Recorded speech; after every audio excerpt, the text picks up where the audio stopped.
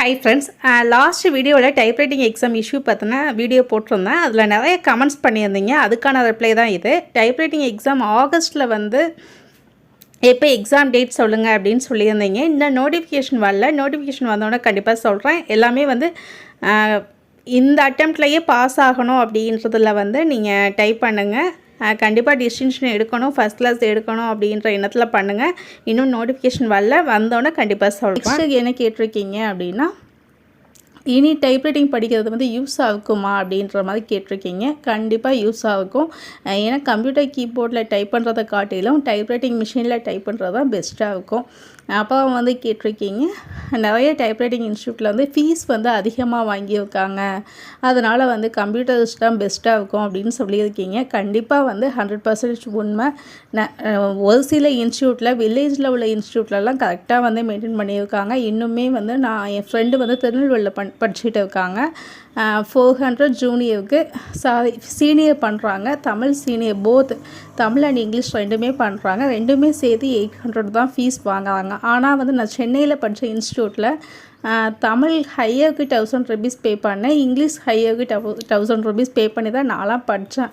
ஆனால் உண்மையை சொல்ல போனோம் அப்படின்னா டைப்ரைட்டிங் இன்ஸ்டியூட்டில் நம்மளுக்கு சிட்டி இதில் வந்து நல்லாவே வந்து காசு கொள்ளையடிக்க தான் செஞ்சாங்க. நிறைய இன்ஸ்டியூட் வந்து நேர்மையான இன்ஸ்டியூட்டுமே இருக்குது. ஆனால் அவங்களுக்காக தான் நான் சப்போர்ட் பண்ணி போன வீடியோ வந்து போட்டிருந்தேன்.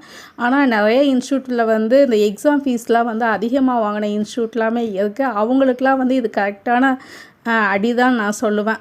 ஏன்னா வந்து ஃபுல்லாக வந்து கம்ப்யூட்டர்ஸ்ட்டு ஆக்கிட்டால் வந்து என்ன செய்வாங்க, எல்லாருமே வீட்டில் சிஸ்டம் வாங்கி வச்சுட்டு டைப் பண்ணிட்டு போயிடுவாங்க.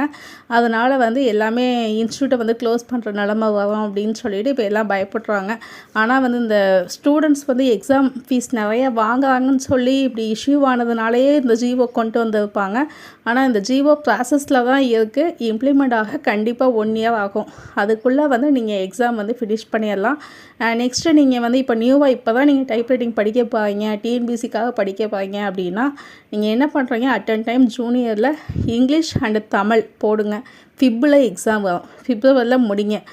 Junior both Tamil and English junior போட்டு பிப்ரவரியில் நம்ம ஃபஸ்ட் வீக் ஆர் லாஸ்ட் வீக்கில் செகண்ட் வீக்கில் எக்ஸாம் வரும். அந்த எக்ஸாம் வந்து நீங்கள் முடிச்சிட்டிங்க அப்படின்னா நெக்ஸ்ட்டு ஆகஸ்ட்டில் எக்ஸாம் வரும். 2026 ஃபிப்பில் ஜூனியர் முடிச்சிருவீங்க போத் தமிழ் அண்ட் இங்கிலீஷ். அதுக்கப்புறம் ஆகஸ்ட்டில் பார்த்தீங்க 2026 ஆகஸ்ட்டில் ஹையர் ரெண்டுமே தமிழ் அண்ட் இங்கிலீஷ் வந்து முடிச்சிடலாம். எதுக்காக சொல்கிறேன் அப்படின்னா டைப்ரைட்டிங் மிஷினில் பண்ணுறது கொஞ்சம் பெனிஃபிட்டாக இருக்கும். மிஷினில் பண்ணிவிட்டு சிஸ்டமில் கொண்டு வரும்போது நல்லாயிருக்கும். அதுக்காக தான் நான் சொல்கிறேன். ஆனால் ஜிஓ ப்ராசஸ் பண்ணியிருக்கிறது வந்து எல்லாமே ஃபுல்லாக கம்ப்யூட்டரைஸ்டாக ஆக்கிடலாம். ஆஃபீஸ் ஒர்க் வந்து ஃபுல்லாக கம்ப்யூட்டரில் தான் பண்ணுறாங்க, கம்ப்யூட்டர் கீபோர்டில் தான் பண்ணுறாங்க, அதனால் மாற்றிடலான்னு சொல்லியிருக்காங்க. ஆனால் அது வந்து கரெக்டு தான். ஏன்னா ஃபுல்லாக வந்து நம்ம இப்போ ஆஃபீஸில் ஒர்க் பண்ண போகிறோம் அப்படின்னா ஃபஸ்ட்டு எடுத்தோன்னே வந்து டக்குன்னு நம்ம டைப்ரைட்டிங் மிஷினை கொடுக்க மாட்டாங்க. கம்ப்யூட்டர் கீபோர்டு தான், கம்ப்யூட்டரில் தான் நம்ம ஒர்க் பண்ணுற மாதிரி இருக்கும். அப்படின்றப்ப அதனால தான் ஃபுல்லாகவே வந்து சேஞ்ச் பண்ணிட்டு வராங்க. அதுக்குள்ளே வந்து நீங்கள் டைப்ரைட்டிங் முடிக்கிறது வந்து கண்டிப்பாக வந்து உங்களுக்கு யூஸாக இருக்கும். நெக்ஸ்ட்டு வந்து என்ன கேட்டிருக்கீங்க அப்படின்னா, டைப்ரைட்டிங் முடிச்சவங்களுக்கு ஸ்கோப் இருக்காக்கா அப்படின்ற மாதிரி கேட்டிருக்கீங்க. கண்டிப்பாக ஸ்கோப் இருக்குப்பா, ஸ்கோப் இல்லாமலாம் இருக்காது. ஏன்னா வந்து இப்போ வந்து அப்டேட்டாக கொண்டு வராங்க. டைப்ரைட்டிங் மிஷின் இல்லாமல் கம்ப்யூட்டர் கீபோர்ட்லேயே கொண்டு வந்ததெல்லாம் எல்லாமே ஆஃபீஸ் ஒர்க் ஃபுல்லாகவே கம்ப்யூட்டர் கீபோர்டில் தான் நடக்குது, கம்ப்யூட்டரில் தானே ஒர்க் பண்ணுறோம் அப்படின்றப்ப ஃபுல்லாக கீபோர்ட்லேயே டைப்ரைட்டிங் கொண்டு வந்துடலாம் அப்படின்னு கொண்டு வராங்க. அதுக்காக வந்து நீங்கள் இப்போ படித்த டைப்ரைட்டிங் மிஷினில் டைப்ரைட்டிங் பண்ணது வந்து வேஸ்ட் ஆகும் அப்படின்னு நீங்கள் நினைக்க தேவையில்லை. இப்போ நீங்கள் யூஜி பிஜி முடிச்சிருக்கீங்க அப்படின்னா இப்போ ரீசெண்டாக முடிச்சிருப்பீங்க, இல்லை ஓல்டாக இப்போ படித்தவங்களாம் திரும்பி அப்டேட்டாக வந்து இப்போ பிகாம் பிபிஏ எல்லாம் வந்து இப்போ அப்டேட் கோர்சஸில் படிக்கணும் அப்படிலாம் சொல்ல மாட்டாங்கள்ல. அதே மாதிரி தான் டைப்ரைட்டிங்கும் நீங்கள் மிஷினில் முடிச்சிருக்கீங்க. ஏன்னா இன்னும் வந்து நம்ம ஓல்டாக இப்போ படித்து முடிச்சிருக்கோம். இப்படி முன்னாலாம் வந்து டைப்ரைட்டிங் மிஷினில் எங்கள் மேம்லாம் சொல்லியிருக்காங்க 2 பேப்பரை போட்டு அடிக்கணும் அப்படின்ட்டு. ஒரே இதில் 2 பேப்பரை வச்சு நாங்கள் டைப் பண்ணுற மாதிரி இருந்தது. எக்ஸாமில் பாஸ் ஆகிறதே ரொம்ப கஷ்டமாக இருந்தது அப்படின்லாம் சொல்லியிருக்காங்க. அதை விட நம்ம ஈஸியாக இப்போ நம்ம டைப் பண்ணோம். இதை விட ஈஸியாக என்ன பண்ணுறாங்க, நெக்ஸ்ட் அப்டேட் ஆகி கம்ப்யூட்டர் கீபோர்ட்லேயே கொண்டு வரலாம் அப்படின்ற மாதிரி கொண்டு வராங்க. ஆனால் டைப்ரைட்டிங் மிஷினில் அடிக்கிறது தான் பெஸ்ட்டாக இருக்கும். அப்டேட்டில் கொண்டு வரும்போது அது கொஞ்சம் ஈஸியாக இருக்க சான்சஸ் இருக்குது. ஏன்னா அப்படியே கற்றுக்காத பசங்களுக்கு கண்டிப்பாக வந்து கம்ப்யூட்டர் கீபோர்டே பெஸ்ட்டாக இருக்கும், நம்ம ஆஃபீஸ் ஒர்க் போனாலும் வந்து ஈஸியாக இருக்கும் அப்படின்னு நெக்ஸ்ட் அப்டேட்டுக்கு ஏற்ற மாதிரி அவங்க படிச்சுட்டு போவாங்க. அதுக்காக வந்து டைப்ரைட்டிங் மிஷினில் படித்தது வந்து ஸ்கோப் இல்லாமல் ஆகாதுப்பா. ஸ்கோப் கண்டிப்பாக இருக்குது.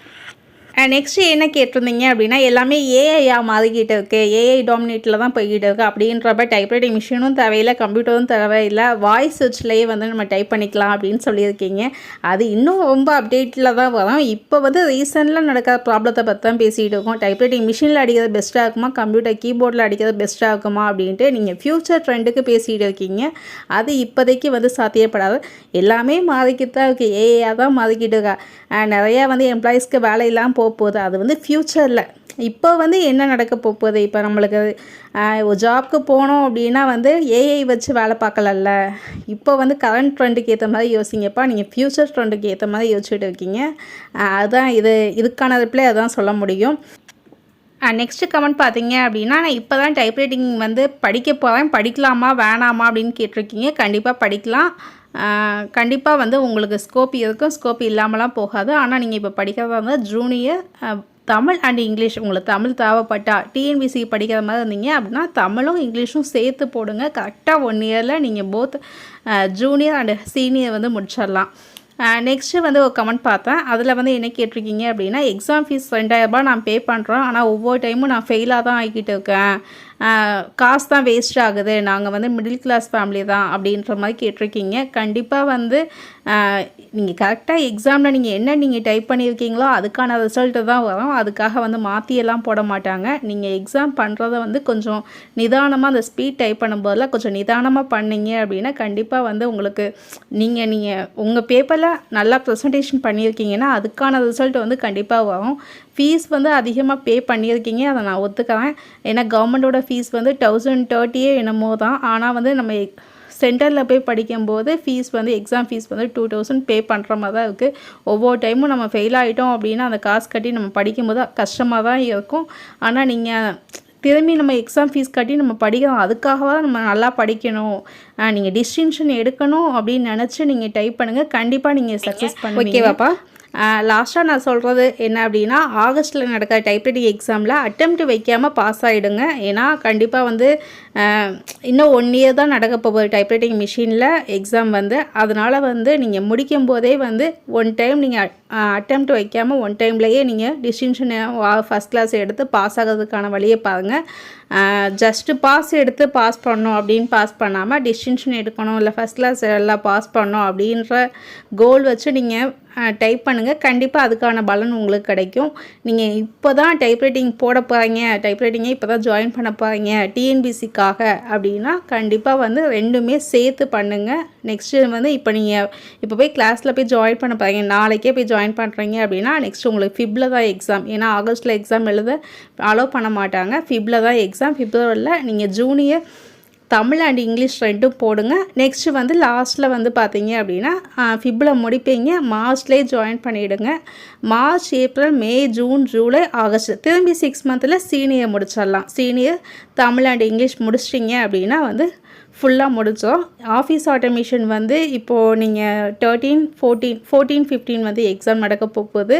அதுலேயுமே வந்து கண்டிப்பாக பாஸ் ஆகும்னு நினச்சி பாஸ் ஆகிடுங்க. ஏன்னா அட்டெம்ப்ட் வச்சோம் அப்படின்னா நெக்ஸ்ட்டு எப்படி ரூல் வருது அப்படின்றது தெரில. இப்போவே வந்து நம்மளுக்கு போன சிஓஏயே வந்து நடக்கலை, அதுவே பிரேக் ஆகி தான் இப்போ வந்திருக்கு. நெக்ஸ்ட்டு வந்து எக்ஸாம் எப்படி வரும் அப்படின்றத சொல்ல முடியாது. இதுதான் லாஸ்ட் சான்சஸ் கூட சொல்கிறாங்க. அதனால் சிஓஏ எக்ஸாம் எழுதுறவங்கெல்லாம் வந்து நிதானமாக படித்து நல்லா ப்ரிப்பேர் பண்ணிக்கிட்டு இருப்பீங்க.